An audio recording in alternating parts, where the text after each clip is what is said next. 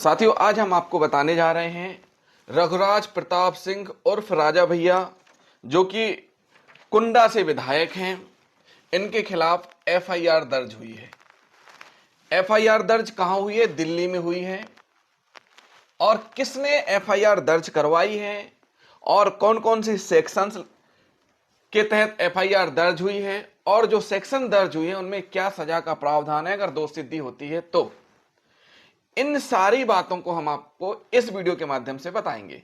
जिन साथियों ने अभी तक हमारे चैनल को सब्सक्राइब नहीं किया है, हमारे चैनल को जरूर सब्सक्राइब कर लें और वीडियो को लास्ट तक जरूर देखें। वीडियो पसंद आता है वीडियो को लाइक करें, कमेंट करें एंड शेयर भी करते जाएं। साथियों, हम बताने जा रहे हैं शिकायतकर्ता कौन है। जो एफआईआर दर्ज हुई है रघुराज प्रताप सिंह उर्फ राजा भैया के खिलाफ, शिकायतकर्ता है उनकी पत्नी। किनकी पत्नी? राजा भैया की पत्नी। पत्नी का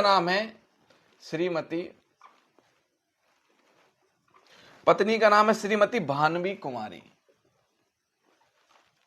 कुमारी सिंह। और धारा, जो सोशल मीडिया से मिली जानकारी के अनुसार, जो धारा एफआईआर में दर्ज की गई है वो है 498 ए आईपीसी की, चूंकि घटना अवधि नए कानून से लागू होने की पहले की है। अगर घटना अवधि नए कानून यानी कि 1 जुलाई 2024 के बाद की होती, तब 498 ए आईपीसी की जगह बीएनएस भारतीय न्याय संहिता 2023 की धारा 85 के तहत एफआईआर दर्ज होती। लेकिन घटनाक्रम 1 जुलाई 2024 के पहले का है, ऐसे में 498 ए आईपीसी के तहत एफआईआर दर्ज की गई है। साथियों, 498 ए आईपीसी के तहत जो दर्ज की गई, तो आरोप क्या लगाए गए हैं? आरोप जो पत्नी है उनके द्वारा शारीरिक और मानसिक रूप से प्रताड़ित करने का आरोप लगाया गया है। प्रताड़ित करने का आरोप लगाया गया है। इसमें शिकायत जो दी गई है वो लिखित शिकायत पत्नी जो भानवी कुमारी सिंह है इनके द्वारा, दोनों शाही परिवार हैं और पति पत्नी दोनों काफी समय से अलग रह रहे थे। पत्नी दिल्ली में रह रही थी और ये अपना यूपी में रह रहे थे। इसमें होता क्या है कि जो शिकायत करता है इनके द्वारा दिल्ली में सफदरगंज इलाके में जो पुलिस स्टेशन आता है वहां लिखित शिकायत दी जाती है।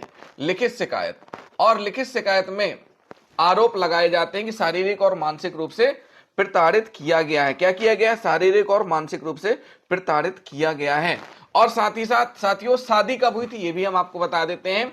तो शादी हुई थी 17/2/1995 को शादी हुई थी और शादी के 2 वर्ष बाद से ही आपसी कलह चालू हो गया था और इनके 2 बेटा और 2 बेटियां हैं। 2 बेटा और 2 बेटियां हैं। कई मामले आपसी विवाद के पेंडिंग हैं, चल रहे हैं। साथियों, इसके पहले भी 2023 में शिकायत दी गई थी 20 मार्च, यानी कब? 20 मार्च 2023 को भानवी कुमारी के द्वारा शिकायत एनसीडब्ल्यू और डीएलएसए में शिकायत दर्ज कराई गई थी और जो कि इस शिकायत को भानवी कुमारी ने वापस लिया था कि उनके बीच आपसी संबंध अच्छे बने, यानी फिर से वो विवाहित जोड़े के रूप में रह सकें। लेकिन ऐसा कुछ नहीं हुआ। फिर उसके बाद लिखित शिकायत दर्ज कराई गई और उस पर फिर पुलिस ने 498 ए आईपीसी के तहत मामला पंजीबद्ध कर लिया है और उसमें पुलिस इन्वेस्टिगेशन कर रही है। साथियों, जो राजा भैया हैं ये 7वीं बार विधायक है, वर्तमान में 7वीं बार विधायक है। 26 साल की उम्र में विधायक बने थे। 26 साल की उम्र में विधायक बने थे सबसे पहले, कब? 1993 में। और निर्दलीय ही चुनाव हमेशा जीतते हैं। समाजवादी पार्टी में मंत्री रहे हैं, कैबिनेट मंत्री रहे हैं। बीएसए बहुजन समाज जो पार्टी है, बीएसपी बहुजन समाज वादी जो पार्टी है उसके कार्यकाल में जेल भी गए हैं। और इनके ऊपर चर्चित 2013 का जो हत्याकांड हुआ था डीएसपी जिया उल-हक का, उसमें इनका नाम आया था। नाम आने पर इनके द्वारा 2 मार्च 2013 का जो घटनाक्रम था, नाम आने पर इनके द्वारा 4 मार्च 2013 को इस्तीफा दे दिया गया था। और जो सीबीआई ने जांच की थी, सीबीआई ने जब इंक्वायरी की थी, उसमें इनको इस मामले में क्लीन चिट मिली थी। किसमें मिली थी? क्लीन चिट मिली थी। किसमें?